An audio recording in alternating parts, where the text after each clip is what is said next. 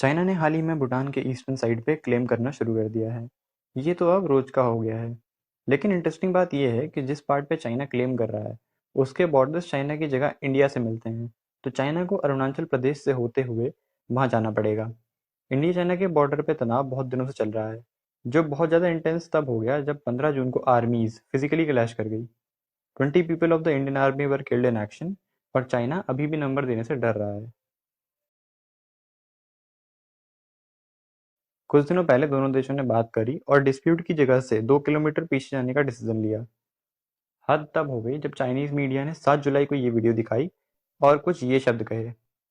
China के पास कई सबूत हैं कि भारत ने चाइना को उकसाने की कई कोशिशें करी हैं, और चाइना ने एलओसी पे कंट्रोल लेने की कोशिश नहीं करी है। ये जर्नलिस्ट ऐसा बोल कैसे गया? हमारे पास सैटेलाइट इमेजेस हैं चाइना के एलओसी पे कंस्ट्रक्शन की। ये कैसा मीडिया ऑफिस है जो गूगल पे एक सिंपल सी सर्च भी नहीं कर पाया? एक सेकंड, एक सेकंड। ओहो, बीजिंग की कंपनी। ओहो, अब समझ में आया। चलो छोड़ो, लेकिन सोचने वाली बात यह है कि ये क्लेम्स वो देश कर रहा है जिसके 18 देशों के साथ टेरिटोरियल डिस्प्यूट्स हैं।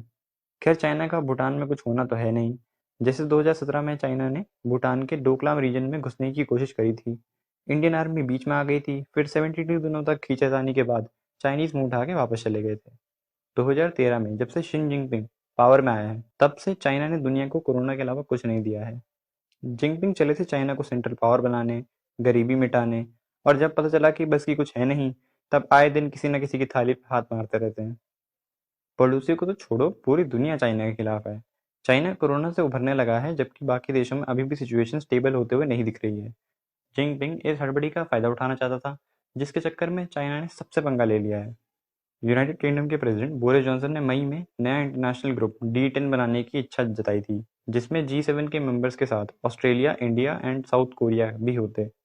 D10 का ऑब्जेक्टिव बहुत क्लियर था: 5G टेक्नोलॉजी के इम्प्लीमेंटेशन को रेगुलेट करना और चाइना के बढ़ते इन्फ्लुएंस को रोकना। ऐसा ही कुछ अमेरिकन प्रेसिडेंट डोनाल्ड ट्रंप ने भी सजेस्ट किया था।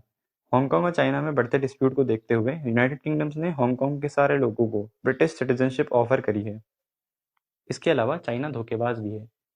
फिलीपींस के president Rodrigo Duterte Donald Trump को ज़्यादा अच्छा नहीं मानते थे। इसीलिए 2016 में प्रेसिडेंट बनने के बाद उन्होंने यूएस की जगह बीजिंग में $24 बिलियन इन्वेस्ट करने की बात करी थी। लेकिन अब उन्हें अपने ही लोग डरपोक बोल रहे हैं। चाइना की शिप्स ने फिलीपींस की टेरिटरी में घुसकर फिलीपींस की एक बोट को डुबा दिया। इसके बाद फिलीपींस ने यूएस के साथ उसका डिफेंस पैक्ट रिव्यू किया और उन्हें नेवल हेल्प के लिए अप्रोच किया। चाइना के साथ ऑस्ट्रेलिया का भी पंगा है। जब ऑस्ट्रेलिया ने कहा कि कोरोना वायरस शायद चाइना से आया है, तब चाइना ने बदले में उन पे सैंक्शंस लगा दिए। इससे ऑस्ट्रेलिया के फार्मर्स और माइनर्स काफ़ी ज़्यादा परेशान हैं।